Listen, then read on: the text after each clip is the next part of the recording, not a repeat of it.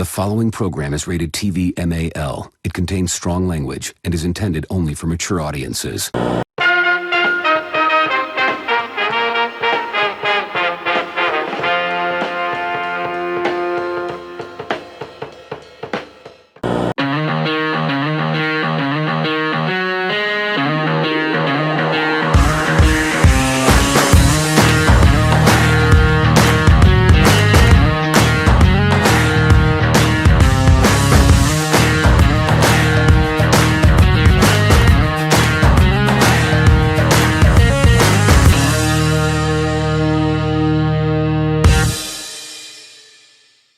Yo, welcome back to another episode of the Butcher's Bible Podcast. I'm your host, Ant. And I'm Luke. We're two blokes preaching a good word of the meat industry. One episode at a time. Nice. We have a very special guest with you, ladies and gentlemen, today. On today's episode, we have Dave Waterton, Spice Punch. Yeah. How's it going? It's good. Yeah. How are you guys? Not too bad. All right. Keep it up against it. Yeah, good, mate. Yeah, very good. Thank you. I think. Always better for seeing your face. Yeah. I'm taking that. We know who you are. But if you want to tell the people listening who you are and what you do. Yeah. So I'm David. I'm Spice Punch. Do a lot of things. I do a lot of barbecue, teach barbecue, do some like restaurant-y pop-ups and takeovers. We're doing like a few different series on like Instagram, stuff like that. Doing a sausage series this year.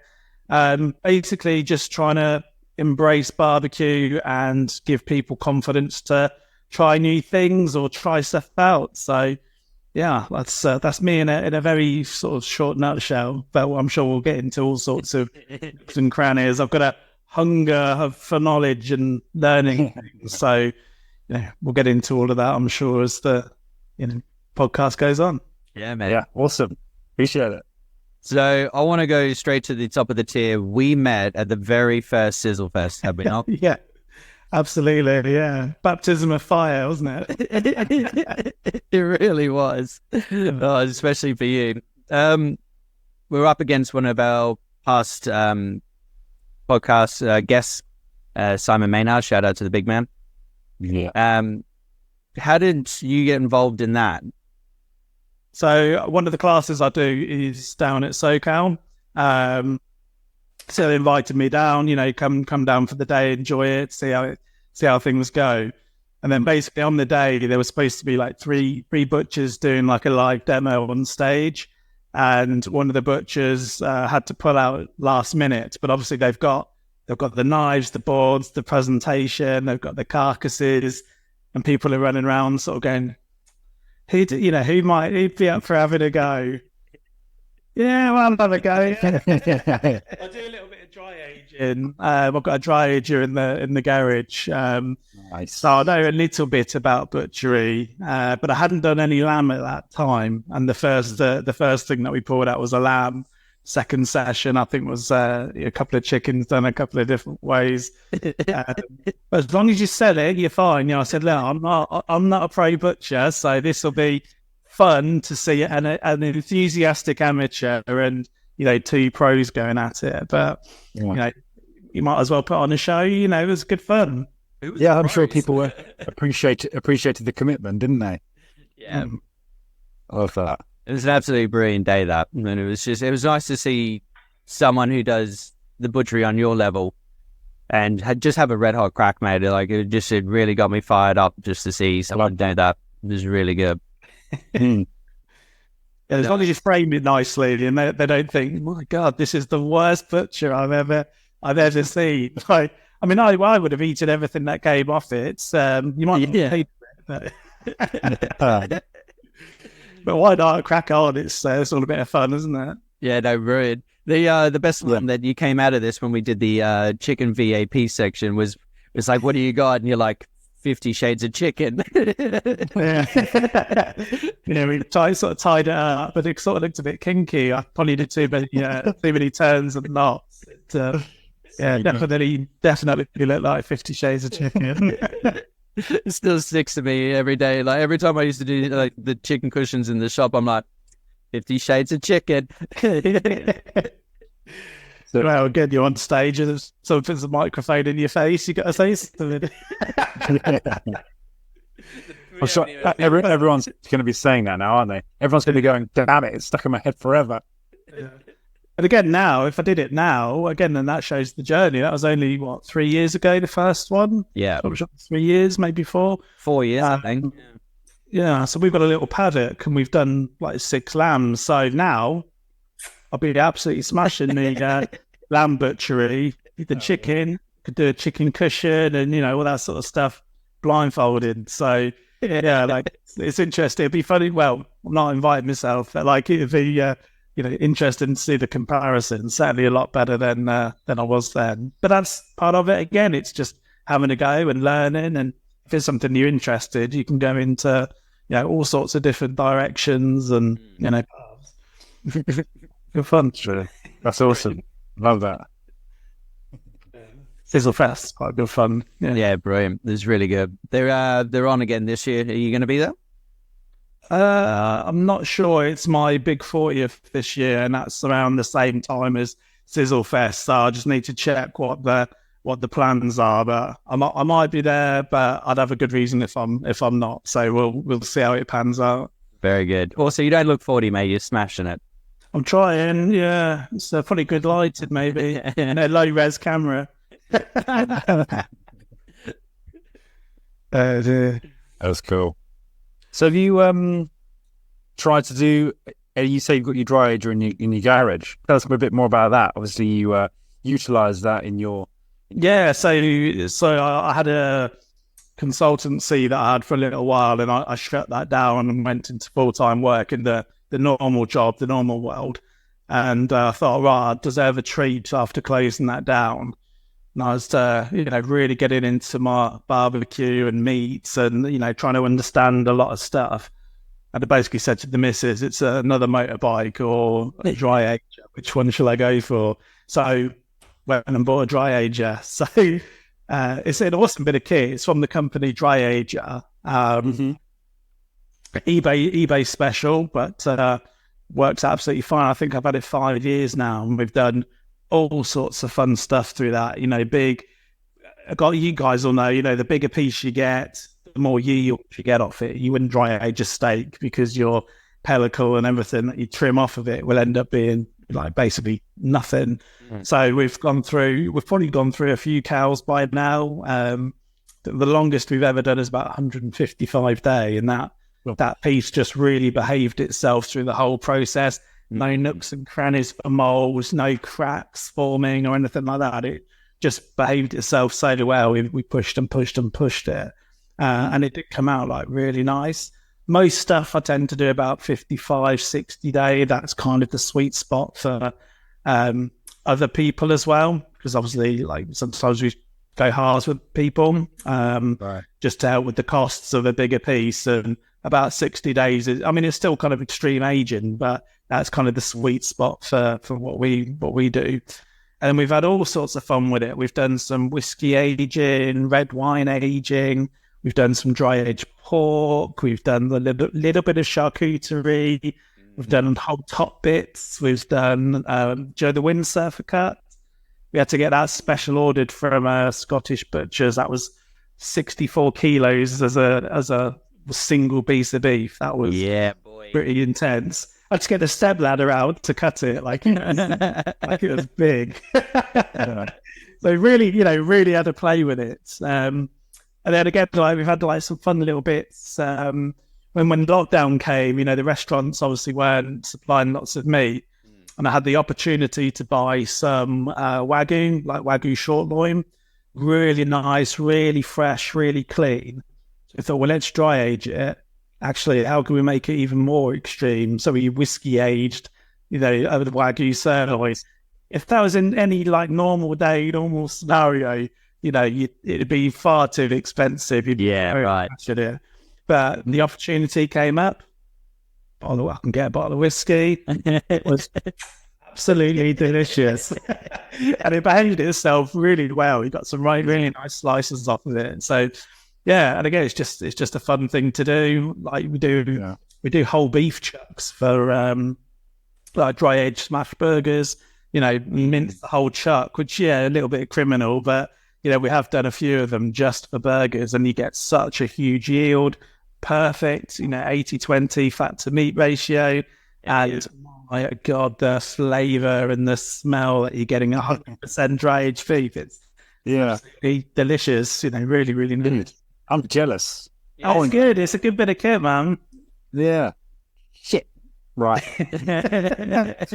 Well, how are you jealous? You got a full operational unit, and you've also got a dehumidifier in it. So you go fuck yourself. Oh yeah, but it's not the same as in your house, is it? Even when you've been butchering for so long and you burn out like a lamb at home, it always feels that a little bit different. Yeah, it's funny. It's funny. I can peek out of my bedroom window, and I can just see the glow of it coming out of the You're like, no, it's on. It's on, even if you want to check on it. The dog's gone to it, or the neighbours. Oh yeah, we got the little. I was like we said for Halloween. I said if they want to scare the neighbours' kids, I said tell them we've skinned the dog, because I had a little roe deer in there strung up. It looked just exactly the same size as my dog. They were like, no.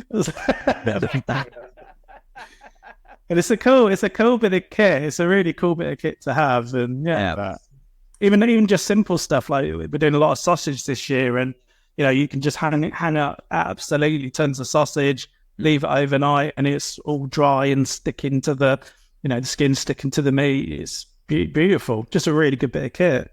Yeah, amazing. Yeah, very, very cool. Just touching on the sausage series that you're introducing, can you run us through that? Yeah, so again, I've treated myself to all the gear. I've got quite a good idea. We've had some really good success over the last couple of years. I just thought it'd be fun to try and do something to show people the process. So the general idea is to start off with something simple. You buy your meat, you buy your seasoning packs, you make a sausage, and then each month we're basically making them slightly more complicated. So we're working with Weschenfelder, so the discount for people, the Spice Punch 10 for a 10% code. And the whole idea of the series is, look, if I can do it, you can do it. These are the steps. These are the rules. Keep it cold, keep it clean, keep it consistent. You're looking for that nice tacky feel. You're waiting for the meat so it doesn't drop off your hands. And then it's just kind of giving people the rules and the guidance, and that's been really good. They've had quite a lot of people sort of reach out, use the code, and people have come to some of the trade shows and said, "Oh, I've seen the series; it's really good." Yeah, that's brilliant. We're really sort of playing with some fun ideas. So, again with the sheep, I needed to make quite a lot of sausage this year with the sheep. We've done a heavy trim because, normally, neck fillets and stuff, absolutely delicious. Rumps on their own, absolutely delicious. Because we're splitting everything between 3 people, we can get more out of the lamb as sausage and split it 3 ways than sort of maybe you'd get out of a neck or a rump. So that's been quite a nice way to split it and share it between the 3 people that we're doing it with. It's been good. Just using all of the kit, using all of the tools, and hopefully inspiring people to have a go. Definitely. I feel inspired. Yeah, I'm fired up. Yeah. I do it all day, every day. Yeah. Oh, so again, there's little bits I can do the linking now, but I do this sort of American style where you twist. You do your big long loop, so your big long funnel, and then I measure them on a little board, and I do the forwards backwards twists, and then I do the full butcher's loop. So for me, I haven't quite got that feel yet, where you do the long pipe, if you like, and where you do the fold. I'm not quite there. I haven't quite done that yet. And I really try and absolutely stuff them to their limits, so I can just about squeeze them into individual sausages and twist them and control it. So they're not exploding everywhere. That's the thing, isn't it? That's the aim. That's the aim. Yeah, and then you've got to cook them incredibly gently just to help them to kind of stick together and hold. But yeah, it's been really good fun. And even now I'm still learning. You're still learning kind of the feel and what you can and can't put in a sausage. I've got a cool one coming up later in the year. I've invented a sausage. I don't know if you guys know Two Guys and a Cooler on YouTube. He's got a wicked channel. He does all charcuterie and sausage, and he really, because I quite like learning stuff. He goes into like the science of why you do certain things and certain ways. And basically each year he does a sausage series called Celebrate Sausage. And every day in the month of August, he does he gets somebody to film a sausage and put it up on the channel. And I'm doing one of them for this year's release. So I can't say what it is yet, but I was going to ask. It's a Spice Punch. It's a Spice Punch unique. I can give you some ratios. It's 60% meat. It's 20% cheese. It's 10% French fries, and then the rest of it's some seasonings and herbs. So it's a proper cheesy boy. It's a lot going on in it, but it's cheesy. It works. Is it burger and fries? No, I can't give it away. It's not burger and fries. I won't give it away. Maybe off air. I'll let you know. We've been having some fun with some stuff. We did a mac and cheese sausage, so a whole mac and cheese inside the sausage, and then I served that on top of a deep fried mac and cheese. So we called it mac and cheese. Why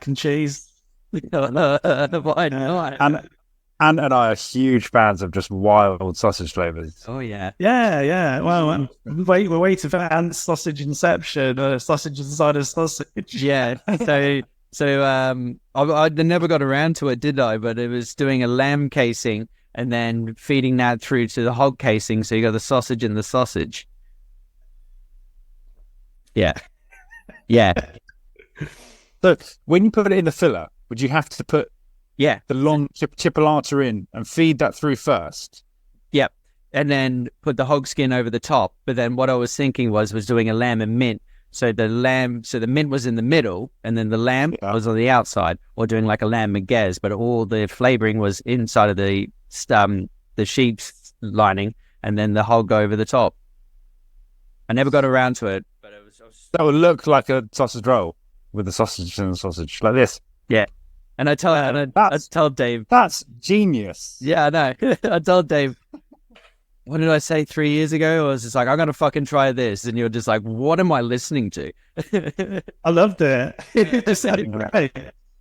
Yeah. I'm slightly struggling to understand the logistics of what the chipolata would do in the sausage filler. It's just a moist maker. The moist maker.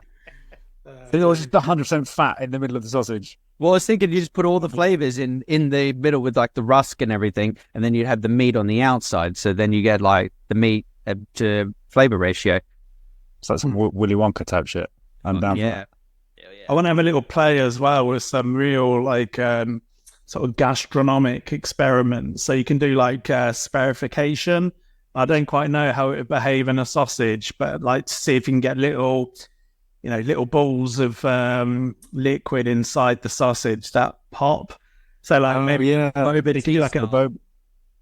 a buffalo sausage, buffalo chicken sausage, but you have little pearls of buffalo sauce that, as they cook, they'll, weaken the cell structure and then pop. So I'll have a little play. I don't know if you'd have to fill up your sausage and then go, and cook it immediately. I don't know how long it would live inside of the casing. You'd have to at least give it a day and see how it holds. If not, like maybe cook one straight away and then let a couple sit. But I think it would fine once it settles and dries up a bit. You think it's cut off to the oxygen, it's surrounded by moist meat. You think it would maybe be okay, but again, just silly little ideas you have in the bath, Let's have a little go at that point. I like that idea. That is brilliant. That is a really good idea. Yeah, there's some fun stuff that I'm having a little play with. So yeah, we'll see. Again, the idea is just to get them more and more complicated as time goes on. So yeah, we'll do some Texas hot links at some point. With the lamb, we've done loads of lamb merguez, really nice kind of spice flavors there. We'll do some wild ones as time goes on. I'm thinking about a Christmas special as well. How can I make a Christmas tree out of a green based sausage with maybe some like edible gold or something for tinsel? But yeah, I'm on a little think about it. He's already said the C word, man. We're already in June.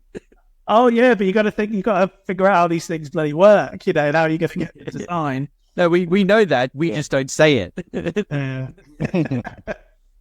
I did one a few years ago. I did a 28-foot single pig in blanket and cooked it as a single thing. Like if you go back in the archives, that was about 3-4 years ago with the extra large big green egg. You know, I measured it out and I was like, I think it's about 8 meters I can get on.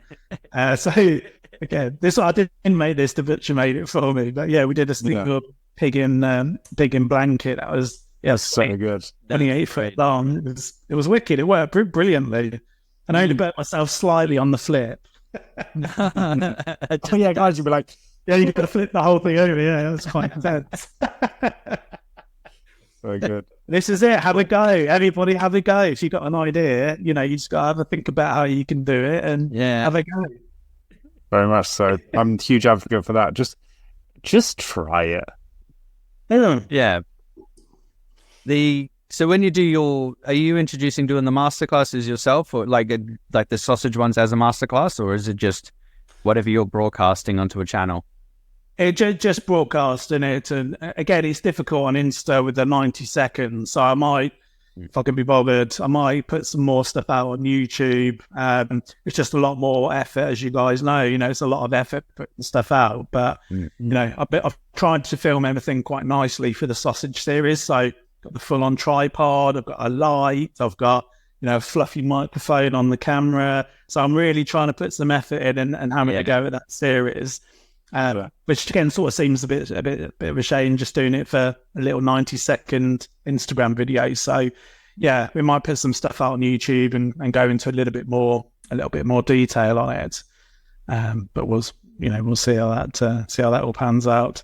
It's good fun. YouTube's a wild place. Oh yeah. TikTok's a weird one. I don't know how to use it. I'm nearly 40. But that's it. We gave up. Yeah, we opened one and then we just were scrolling for a bit and we're like, this is fucking weird. And then we just like never looked at it again.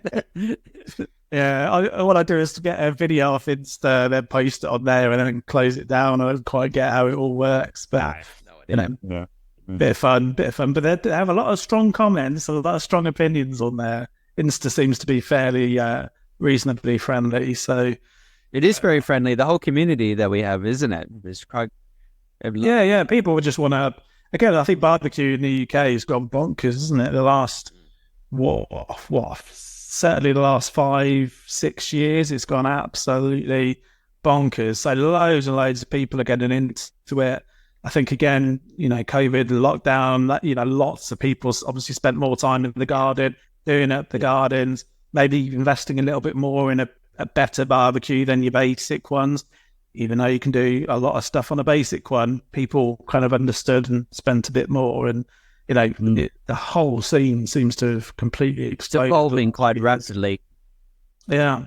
And people understand it. Like, you sort of, you have people come around and they try it and they just explode their mind. It's not just, we talked about sausages a lot, but it's not just sausages and burgers you can do on a barbecue. It's basically anything that you can do inside, you can do on the barbecue, plus even hotter temperatures than your oven and even colder temperatures than your oven. You can do literally every single thing you can do. I mean, I've done stupid stuff like tempered chocolate and made ice cream and, stuff like that on the barbecue.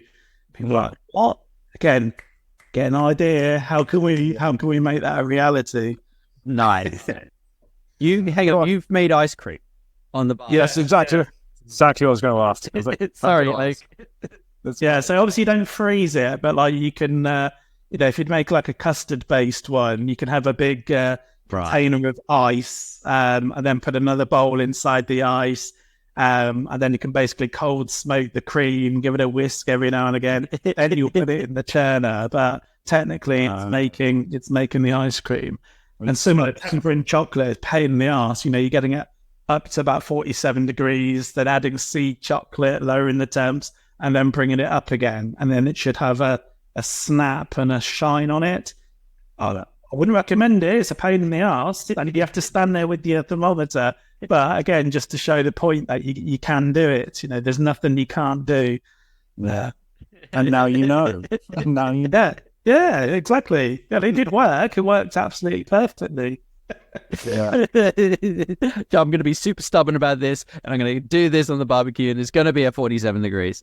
Yeah. Like even other stuff, we did like really delicate set custards, making a bain-marie inside the barbecue. Again, you just try to control that temperature. If it gets too hot, you take it out for a second. If it gets too cold, you put it back in, and it's just time and temperature. Yeah. I'm like, steaks, steaks, and anything else. You can do, you can deal with these other bits as well. Yeah. So, you have, what were you doing prior to fully committing on the Spice Punch enterprise? And what was the point to where you were like, I can have a crack at this? Well, I'm still full time in a normal job. I think you'll find this with loads of the barbecue guys. When we basically started Spice Punch doing a spice rub business, so the name is basically like punchy flavors, not necessarily the hottest things in the world, but like punchy flavors, spices. So that's where we started, just doing some spice rubs, made at home, a blend of kind of traditional sort of more American flavors, but with a bit of a twist. So we did a Texas barbecue with like 5% Szechuan pepper, just to give it something else, rather than just the salt and pepper. We did that for a few years. Again, like COVID happened, and we thought actually, not really enjoyed it as much as we thought we would, and we basically shut that down. And then basically the opportunity came up. We got a couple of people message us saying, "Look, would you fancy having a go at a class? Would you fancy teaching barbecue?" And again, you guys can hear from what I'm saying. I love the theory, the techniques, and I've barbecued a lot of stuff. So evidently, yeah. So I feel quite confident to any questions that people might have, I can pretty much answer. We've been barbecuing since man and woman, whatever, has invented fire. Yeah. So it's you're not inventing anything new. It's just techniques to get you to certain places. So yeah, we started doing some classes. Yeah, probably about 3 years ago now, and from that it's kind of exploded. We now do. What do? We do like a barbecue basics class. That's all about technique and just gaining confidence. So yeah, reverse searing, pre-steaks 3 ways, sides, sauces, ribs, smash burgers. Some real classics. You come to that, you'll leave being able to impress your mates, basically. We do a taco class, so we do 5 traditional Mexican tacos, and then 1 Californian fish taco. Again, took about 3 months to write that. A lot of research and technique goes into that. And that was quite good. We do a Christmas class. That's the only one I don't kind of look cool, calm, and collected on, because I only do it once a year. That's like a full-on Christmas day in a class. So, breakfast, canapes, 3-course dinner, including pudding, all over fire, all over charcoal. It's awesome. It's quite good fun, but it's I'm not sitting there looking cool. I'm trying to manage about 25 things at once. Oh yeah. What else we got another one called Stuff on Sticks. That's going to be a new one for this year, and that's basically loads of cultures all around the world do stuff on sticks, little dishes on sticks. Yeah. So we're basically, I think we've got about 6 or 7 different dishes that will cook up through the class, from Nigeria, Spain, Japan, Indonesia, China. We kind of go all over the world with different dishes, just to give people a bit of a different idea. Again, that took about 3 months to write that class. So then it looks kind of cool and slick and different on the day. Yeah. Nice. So then the one I'm worried about with you guys is a home style butchery class. So again, we start off saying I'm not a butcher, but from all the stuff we've done with the dry aging and all those different bits. I'm like, look, buy a bigger bit of beef from your butcher, take it home, butcher it yourself, and it's just about, again, confidence. Have a go, have a go. Your butcher's happy. You've walked out the door with 300 quid's worth of meat. Butcher's happy. You're happy. You can make it as thick, as thin as you want it to be. You can't make any mistakes. You're going to eat it all. And again, it's just about trying to avoid those door stops, trying to avoid those wedges. If you use a bone saw, don't put all your energy into forwards and backwards. It's only cutting in one direction. Move the knee, not your body. All these little bits and bobs. So, I'm definitely not a butcher, but it's about giving that confidence. And then we take the beef tallow or the beef trim from the steaks. We make beef tallow and then do tallow roast potatoes. We do chickens, or we do a few chickens a few different ways. So, we bone 50 shades of it. 50 shades of it. So we bone it, we stuff it, we do a ballotine, we do a cushion, we do little chicken lollipops. And again, it's they start off doing like some knife skills, and we take our time doing the chickens. And then the bits that we've deboned, we take the bones, we make a stock, and then that goes into the barbecue for a smoked stock.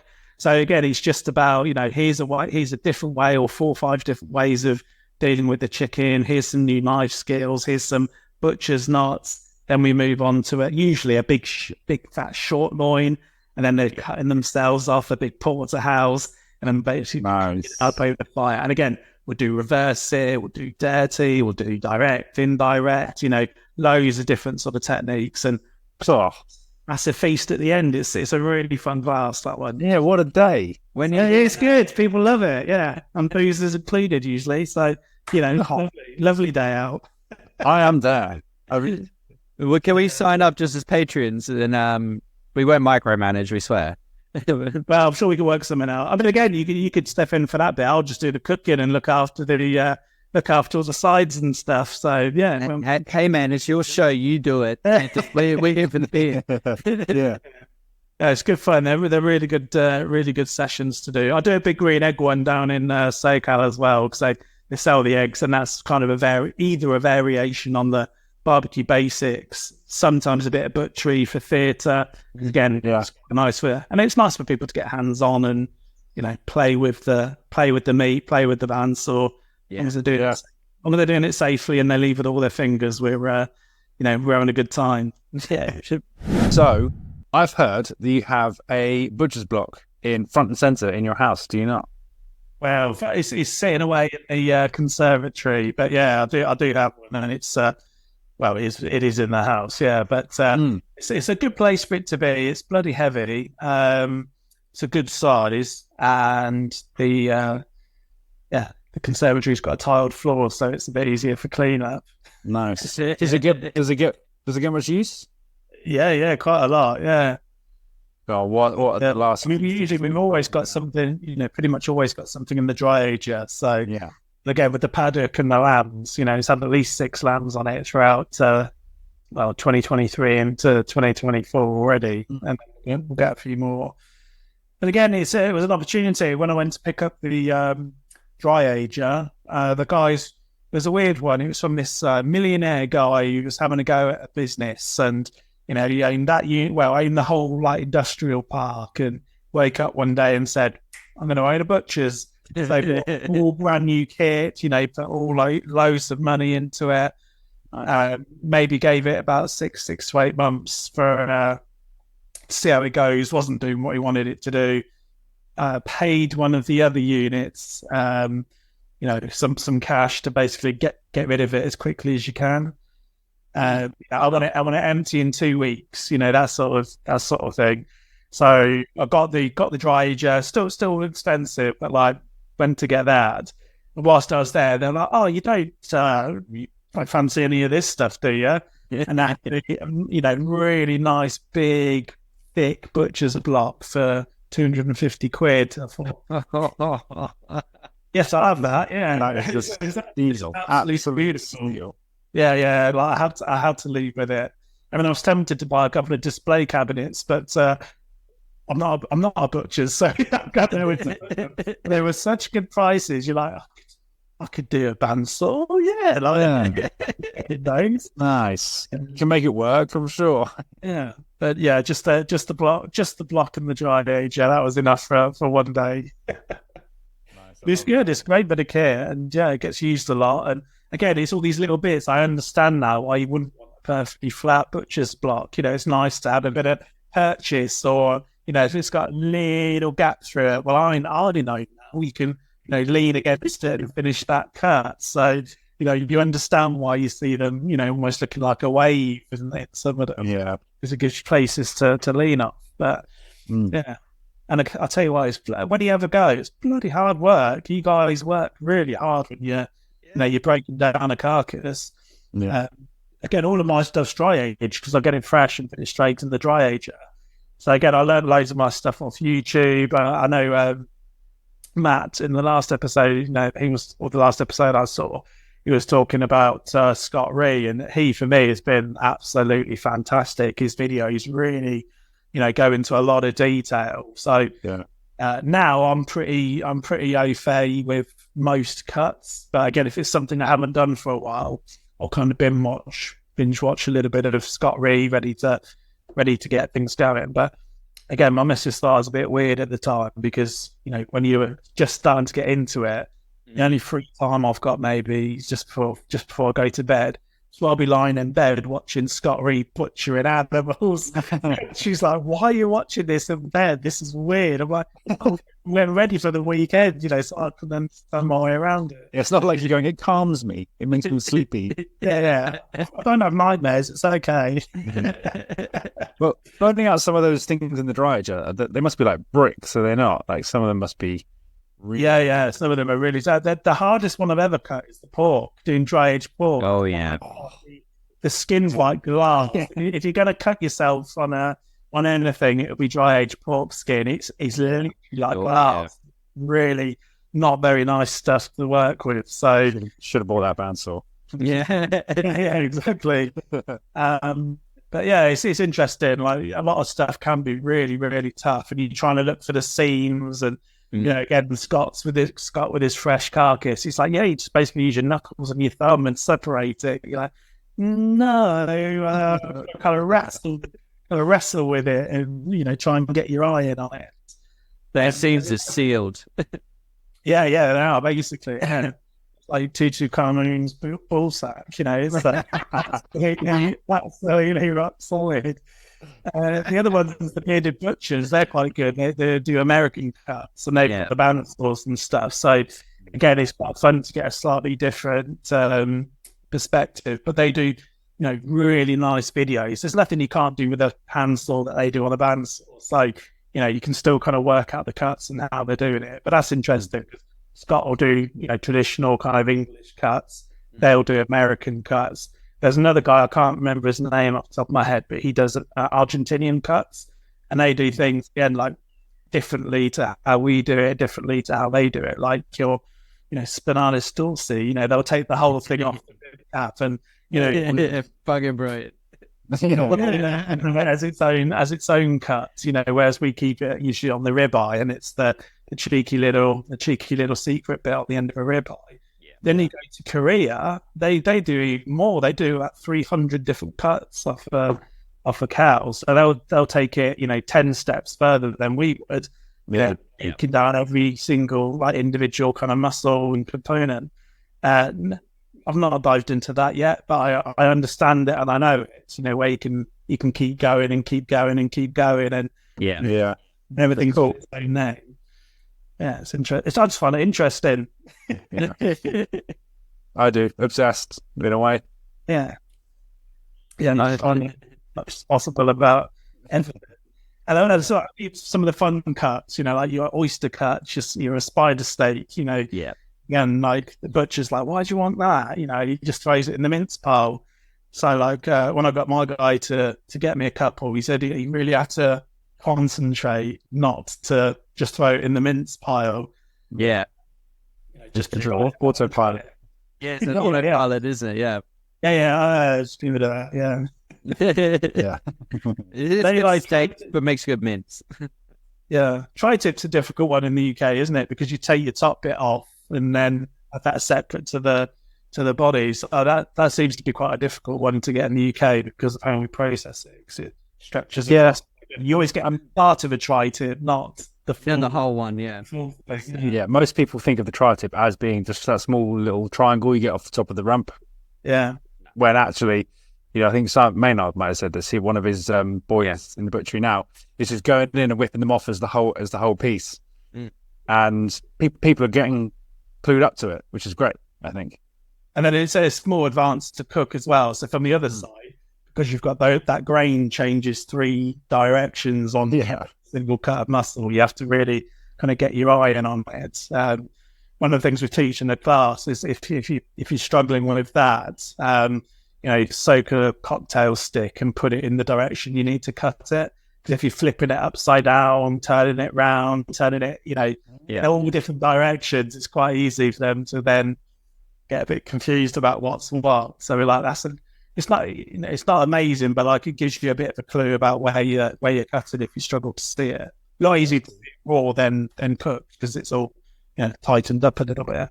Yeah.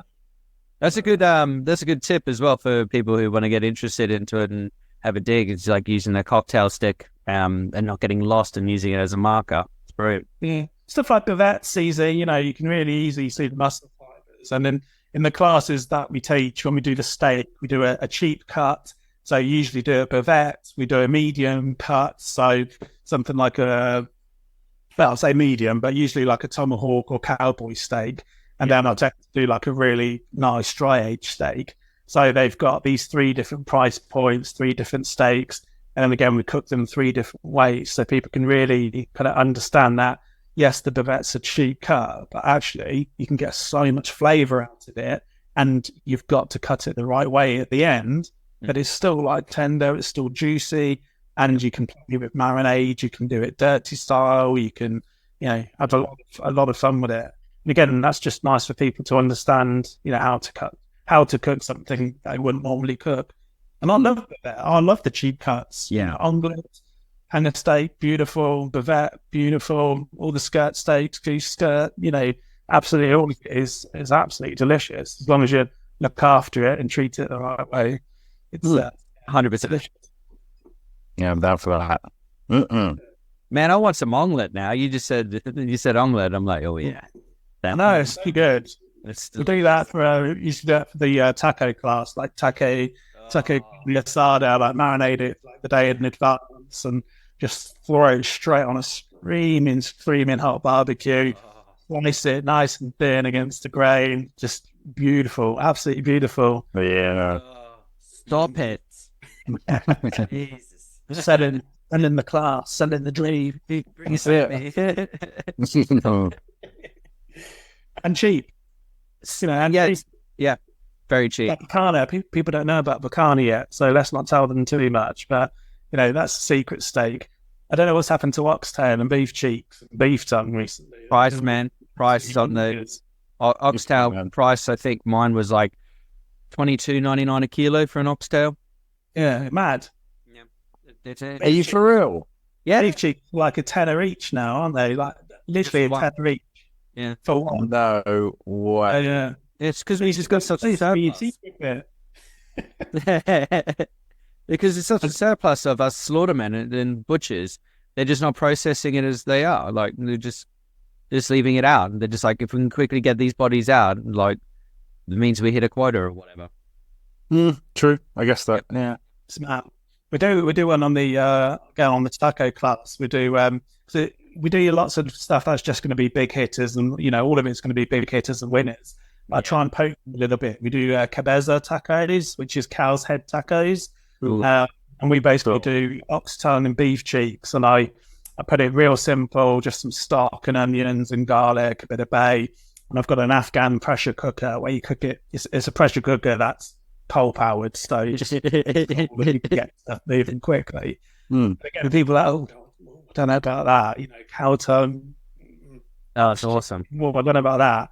Once it's pressure cooked for a couple of hours, it just completely falls apart, and it's just pulled beef essentially in a taco. Absolutely delicious.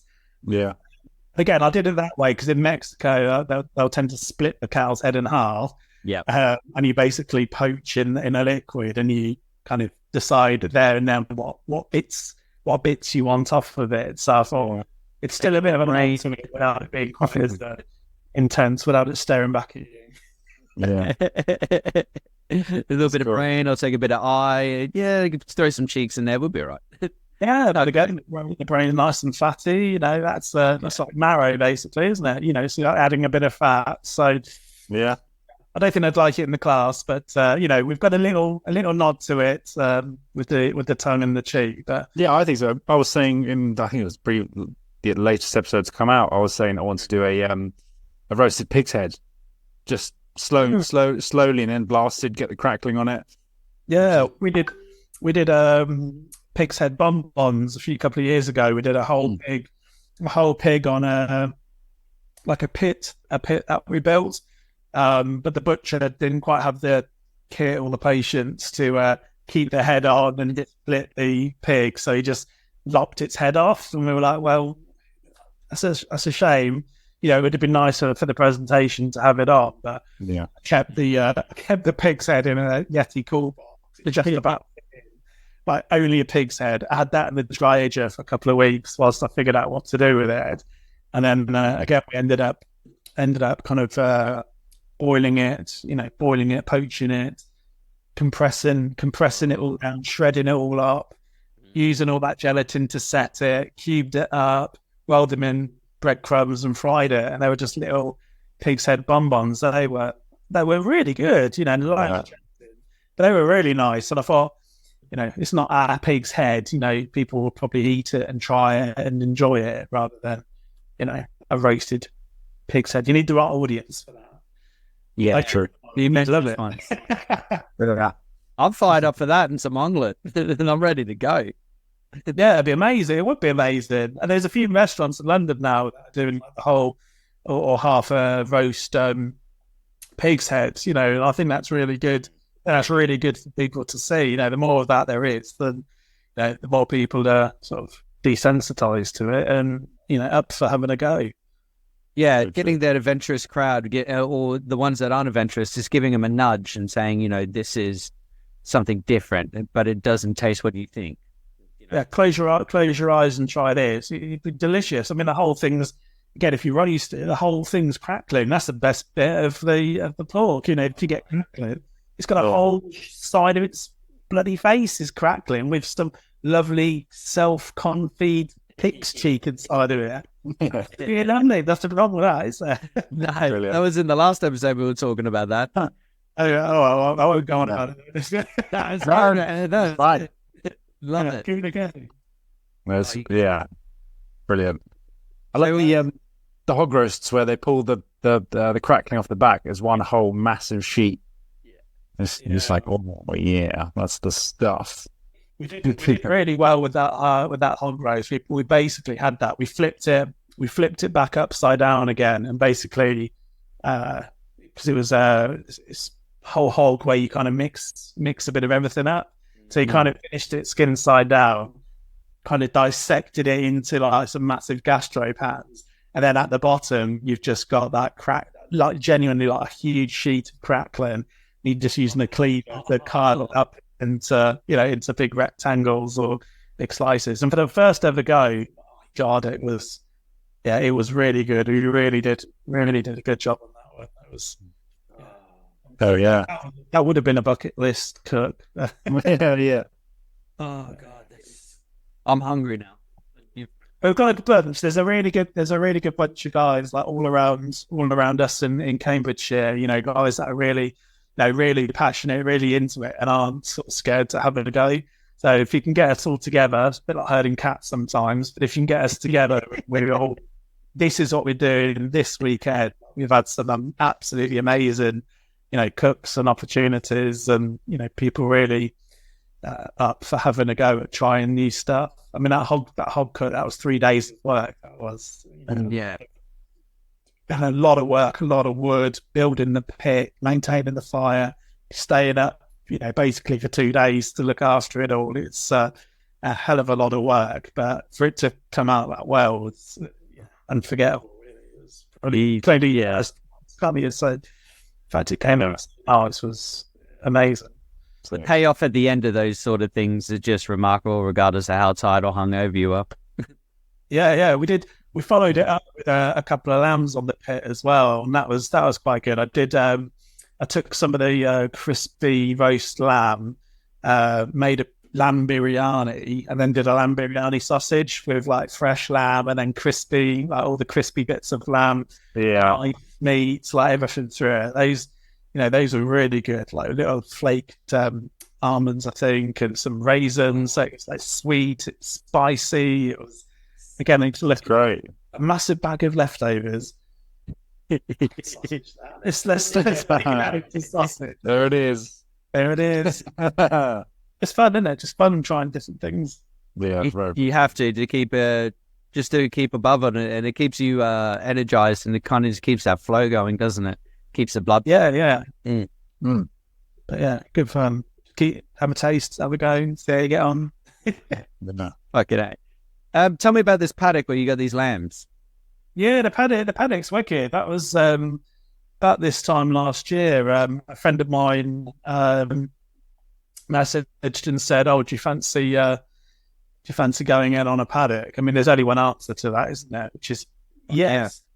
Yeah. So we spent last summer again in my spare time, which is basically non-existent. But like any time I could squeeze in, I'd basically head down to the paddock. It was a little plot of land about an acre. It'd been used maybe twice in the last 10 years or so. So, every time you left, it looked like you'd been fighting a very angry cat because the brambles are just tearing you apart. You're bleeding everywhere.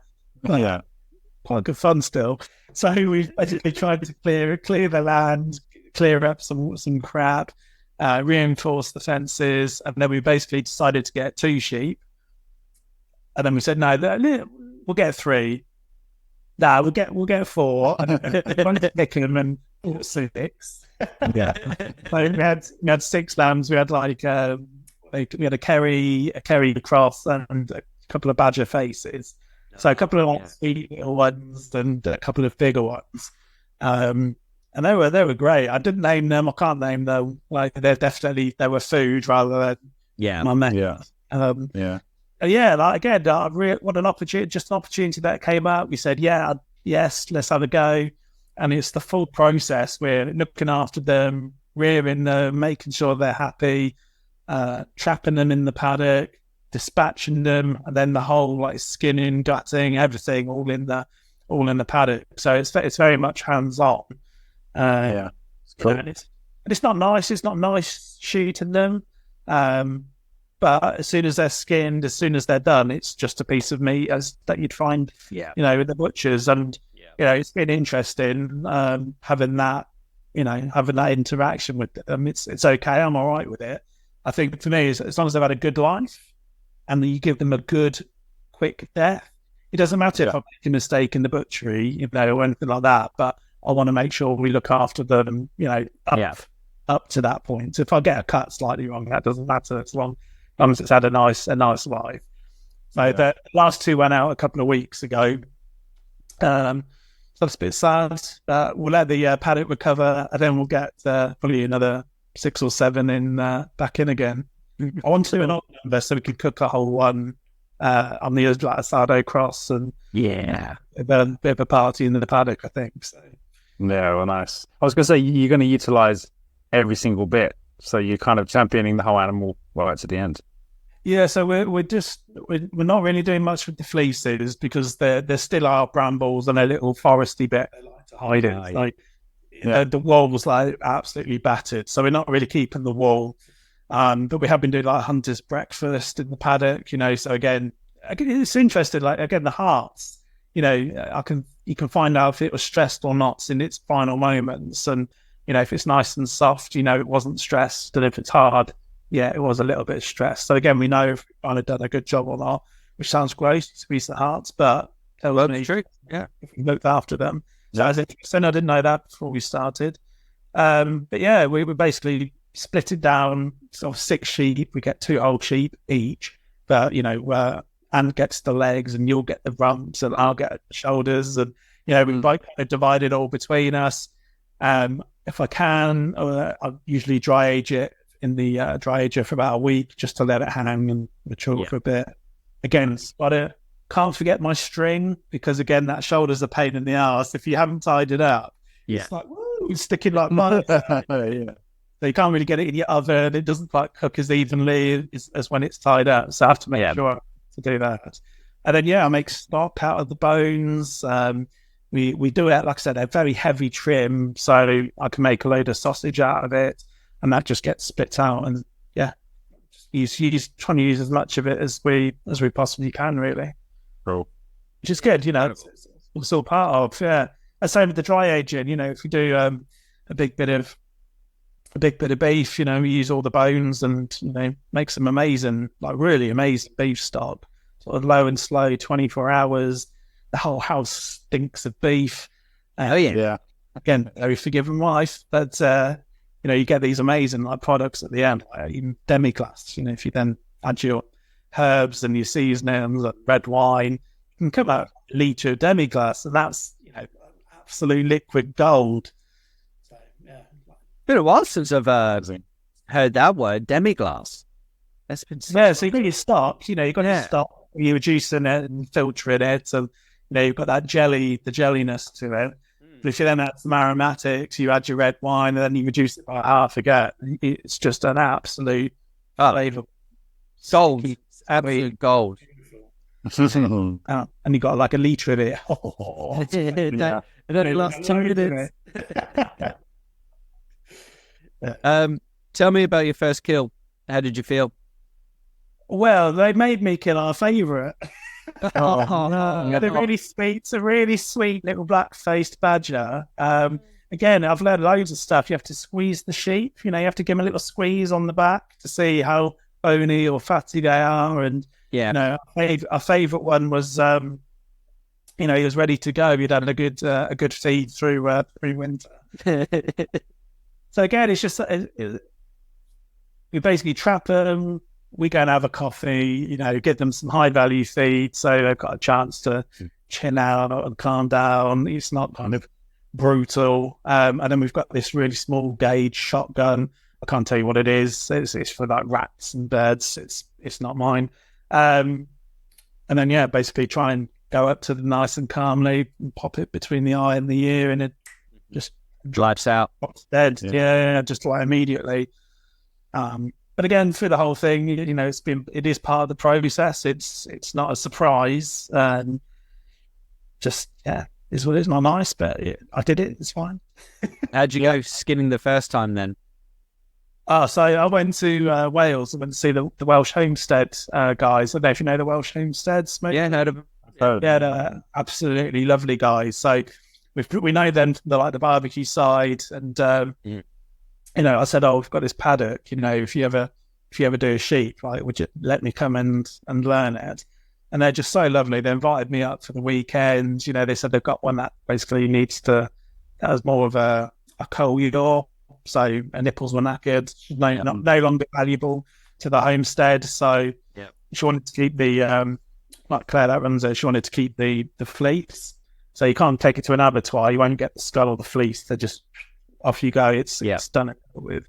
So they basically let me come up for the weekend, and we took one out the field and again put it onto the plate. And again, it's just people doing this with a passion and sharing their knowledge. And it was a really interesting process. I was a little bit hungover as well, because that didn't really help. But really good. And I bought a couple of little bits as well. Like I don't know if you've seen the skidding knives, where it's almost like a claw with a ball on the end. Yeah.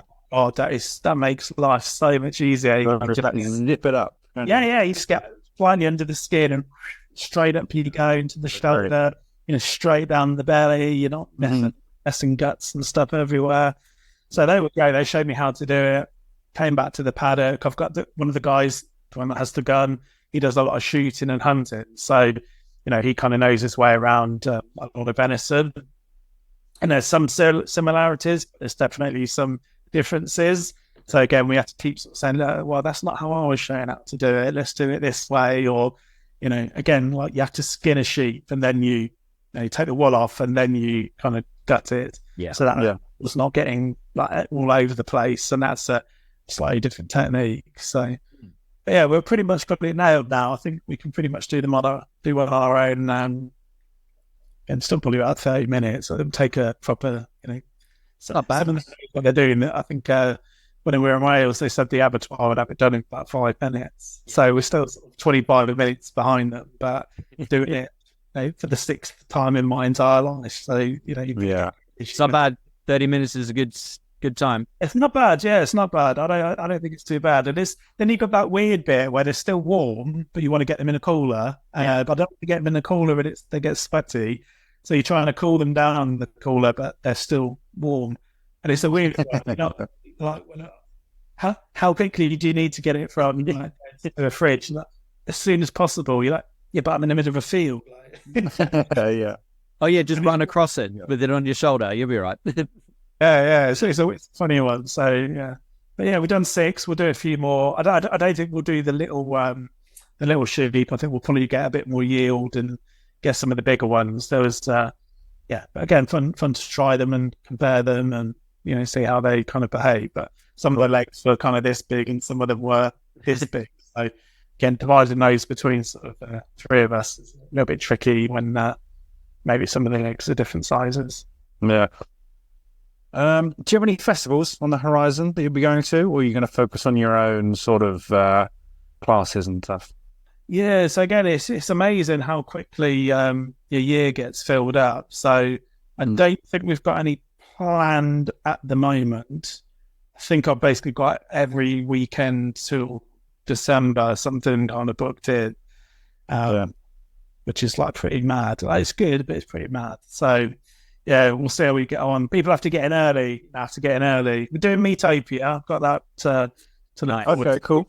Doing the Friday Meetopia.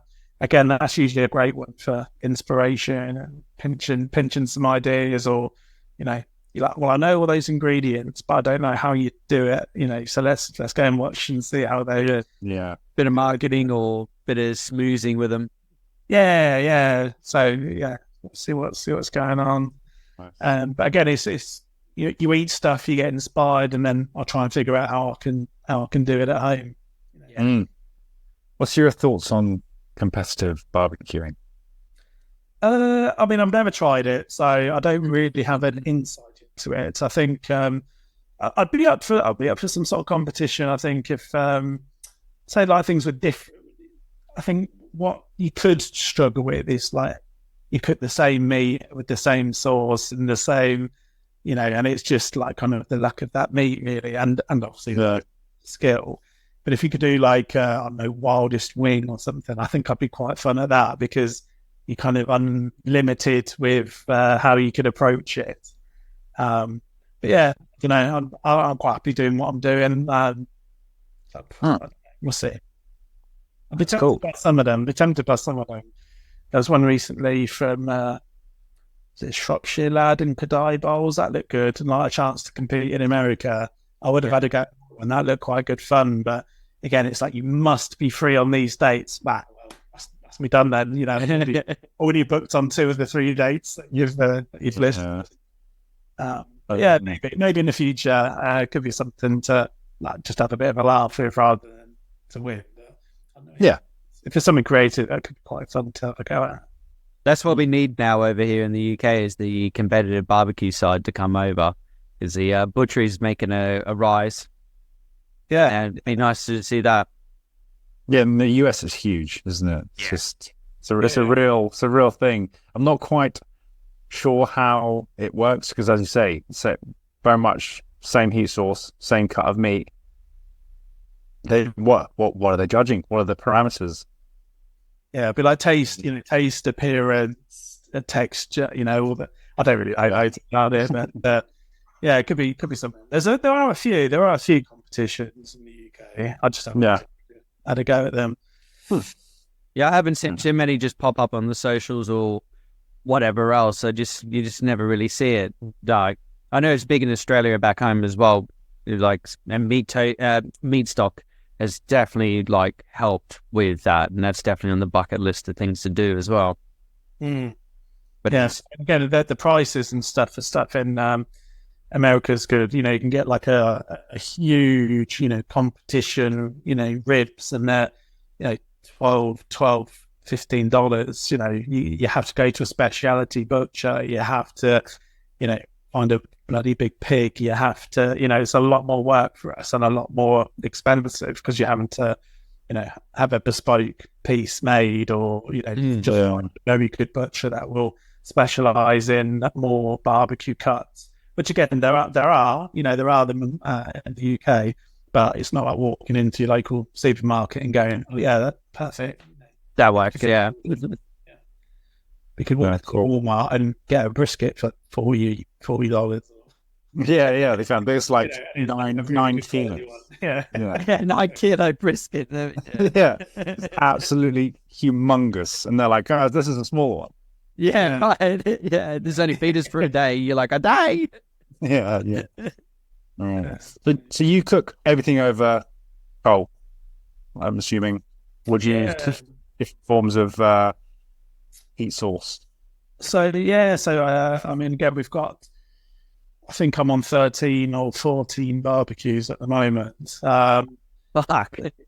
It's exploded the last couple of years. Like, we've got everything from a massive 600 litre offset, 130 gallon, all the way down to a tiny little sort of Japanese yakitori grill that you could maybe get two scallops on, and that's it. The big fire cage, which is the whole huge thing. So kind of cook on a bit of everything. Part of the sausage series, Bradley Smokers sent me one of their units, so I can do really precisely controlled kind of temperatures, and you can program it to dry out the skins, and then kind of cold smoke, hot smoke.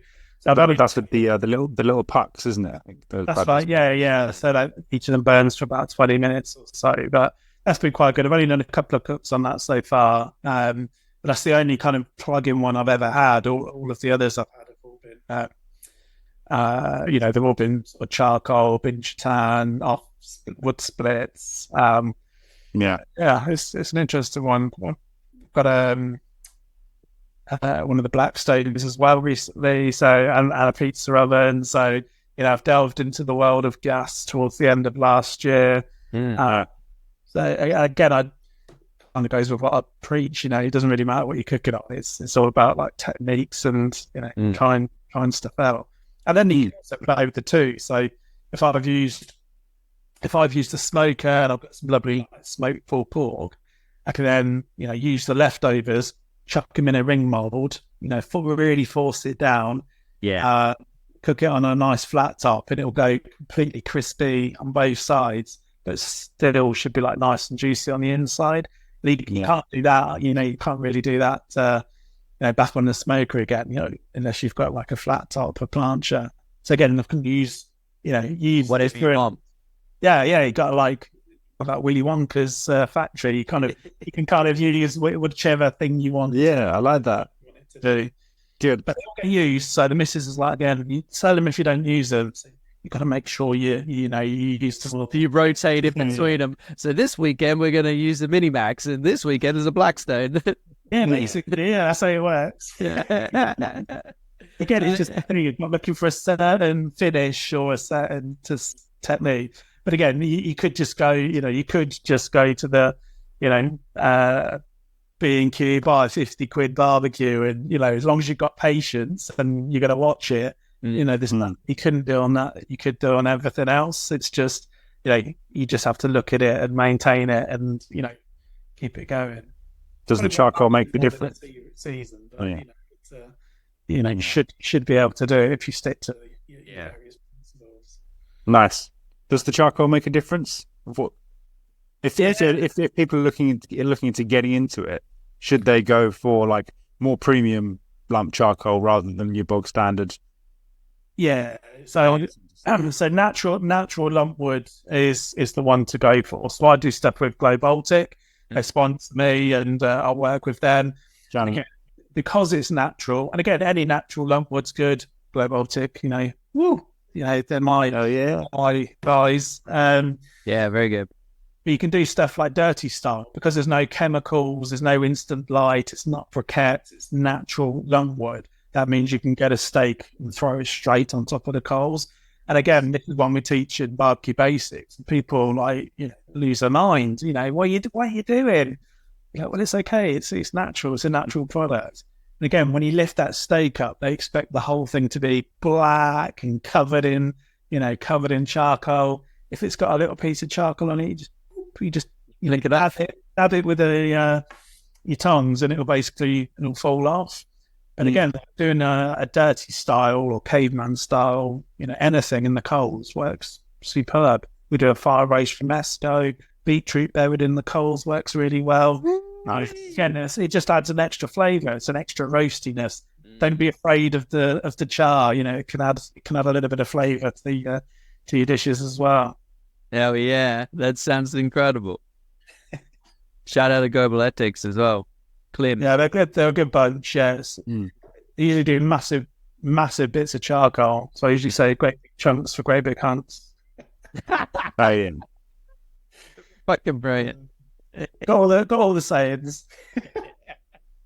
Fucking brilliant. Alrighty, Dave. Now part of this section in the potty, we do guest questions. Are you ready? Yeah, go for it. All right. Number one, top of the bucket list.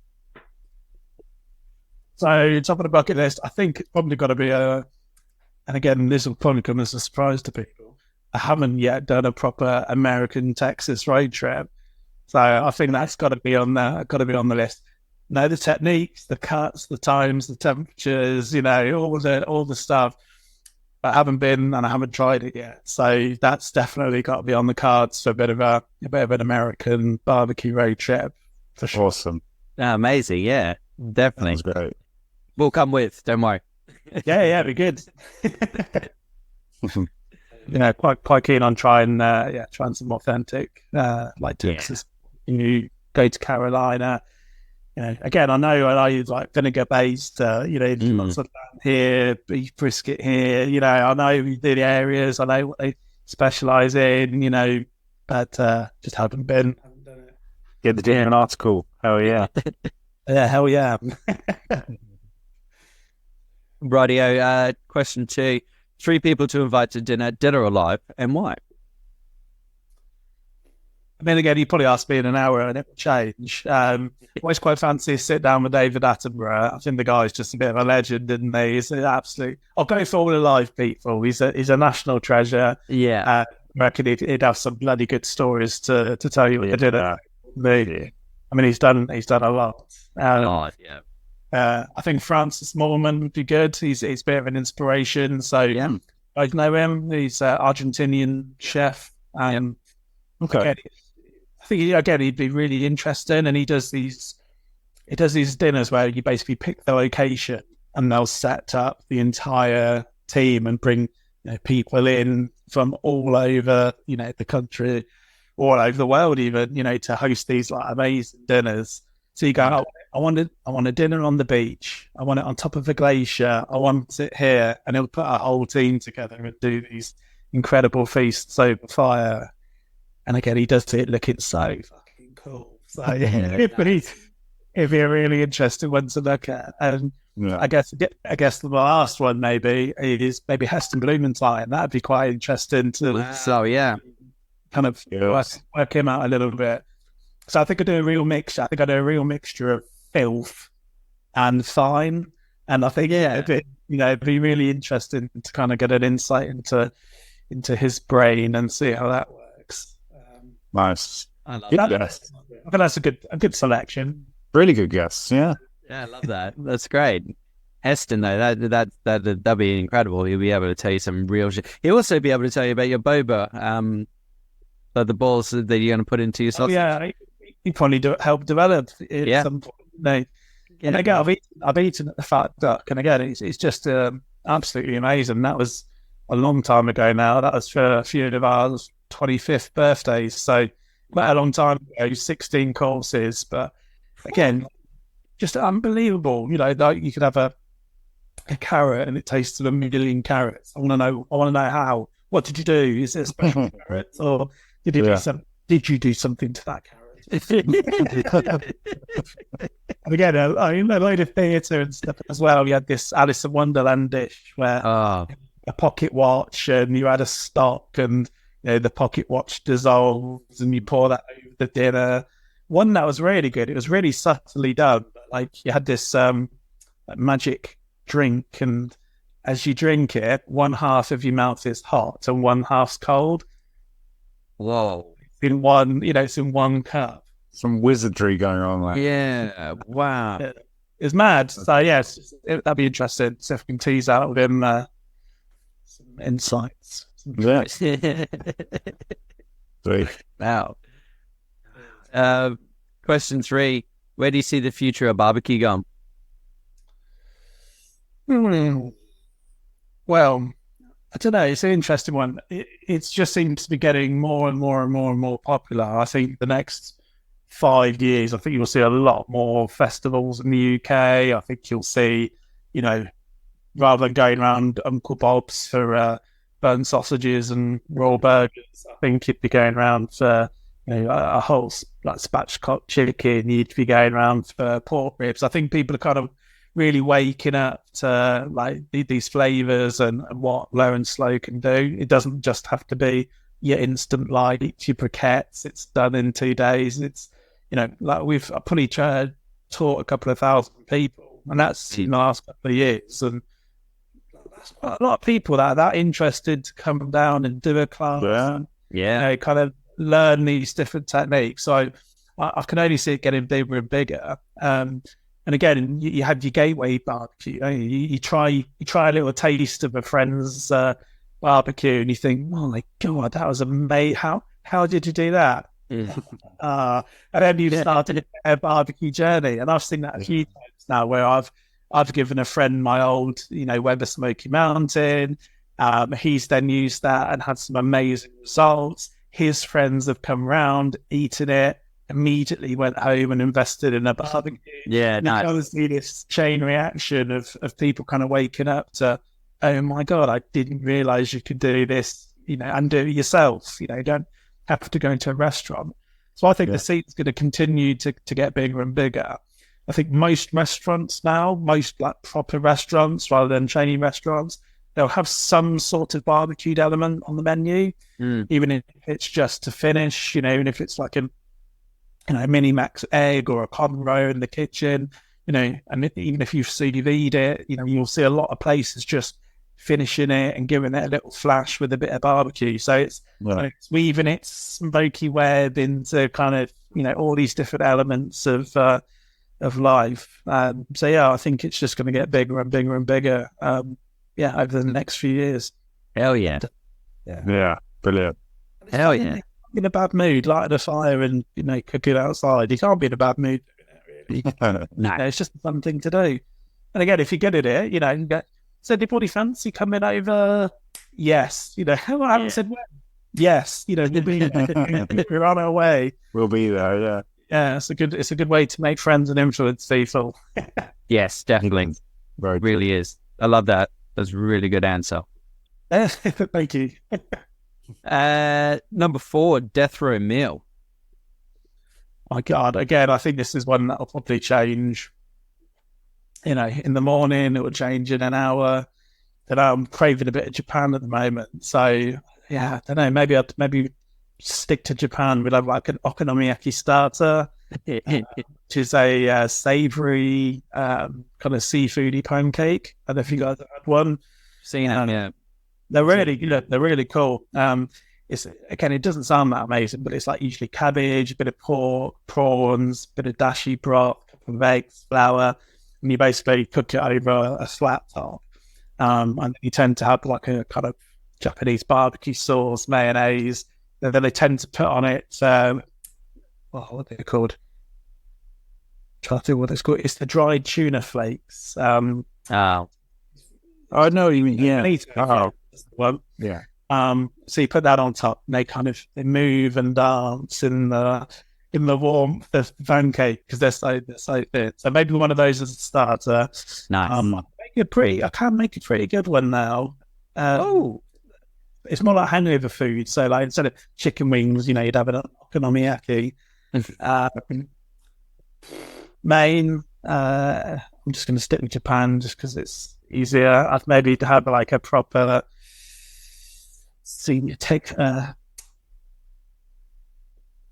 have a surf and turf from Japan, I reckon. Just to hedge my bets and get the best of both worlds. So some proper like beautiful tuna sashimi. It's super raw, done really well.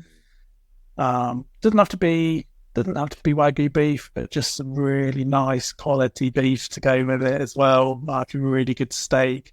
Though a proper Wagyu is full-blooded. You can't have much of it. It's too rich. So I'd probably prefer something a bit less rich and more of it, some fat, and that would be. So yeah, maybe something Japanese for the mains. Yeah. Pudding. Again, I'm not much of a pudding boy. I'll probably have another main. Have another main for my pudding. Maybe we'll go barbecue. I'd have a real proper Texas platter for my pudding. Nice. I could probably die quite happy after that. So yeah, that might be a good death row meal. What are you having to drink? Don't know. I mean, again, maybe if it's death row meal with just a really, really nice bottle of Malbec, maybe, like a really, really good one.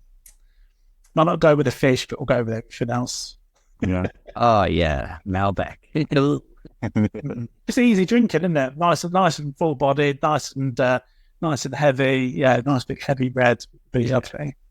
I love a good Chateau Neuf de Pape. Oh yeah, well, expensive taste. So very nice. We went to Chianti in March, so I've started enjoying the Chianti Classico quite a bit because we drank quite a lot there, and that was good. Went to do you know Dario Cecchini? He was on one of the Chef's Table episodes. We went to his place. It was unbelievable. He's a butcher downstairs in this the old geezer. This tiny little village in the middle of Italy.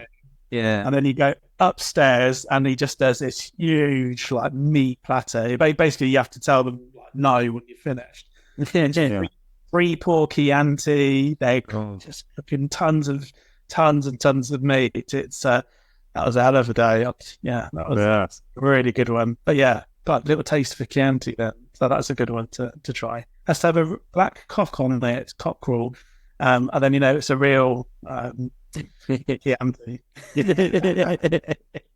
More you know. Yeah, more you know. Yeah. If you look in the supermarket, it has to have a black cock. Oh, mate. Yeah. Can you imagine asking one of the members of staff? Where's the cock on this? Yeah. On the front. It should be on the front somewhere. It's like the DOP, it tells you that it's at least 60% Chianti rate. Very cool. Well on wine tasting. So. That sounds delicious. Yeah, it is. Yeah. I'm down for another main pudding. But where have they? Yeah, why not? What's your last meal? Why not? Yeah, do it. Yeah, hack it. Right. Last one, and it's a serious one. Are aliens real? Are aliens real? Oh, God. I don't know.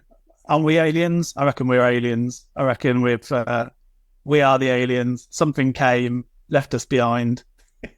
Something came. Yeah, something came. We call it God now. I don't know. It's so long as well. Something happened, didn't it? Something's happened. I don't know. Maybe we are the aliens. If you look at the billions and billions and billions and billions of stars and all the stuff that they're coming up with, I think aliens are probably real. It's the timeline that's the fun. Do they exist and hang around the Earth and come and spend time with us? Well, that's a completely different one. But through the passages of billions of years and billions of opportunities, I don't think it'd be unreasonable to think there's something out there. No, we got another one. You did. Very good answer. What's the ratio? 100%. I think it's 100%. We managed to. If people say no, we go really. And then they go, okay, fine. Well, or they go, well, I'm going to be difficult and say, nah, fuck you. And then we're like, doesn't work that way. Tell us your opinion. Yeah. Well, they keep finding life in some absolutely bizarre places, don't they? Places that you never think you'd ever find life, and then there's a blob floating around a volcano under 20,000 feet under the sea. Yeah, how random was that? Oh well, if there's something there, why could there be something somewhere else? Sure. No, 100%. Nice, brilliant, David. This has been an absolute pleasure. Thank you so much for giving us your time. Thank you. We've had an absolute blast. It's been great. Thank you. Yeah, it's been good to see you. Good to hang out with you for a bit. Yeah, good. The rest of the podcast, it's been good. Thank you. No, thank you.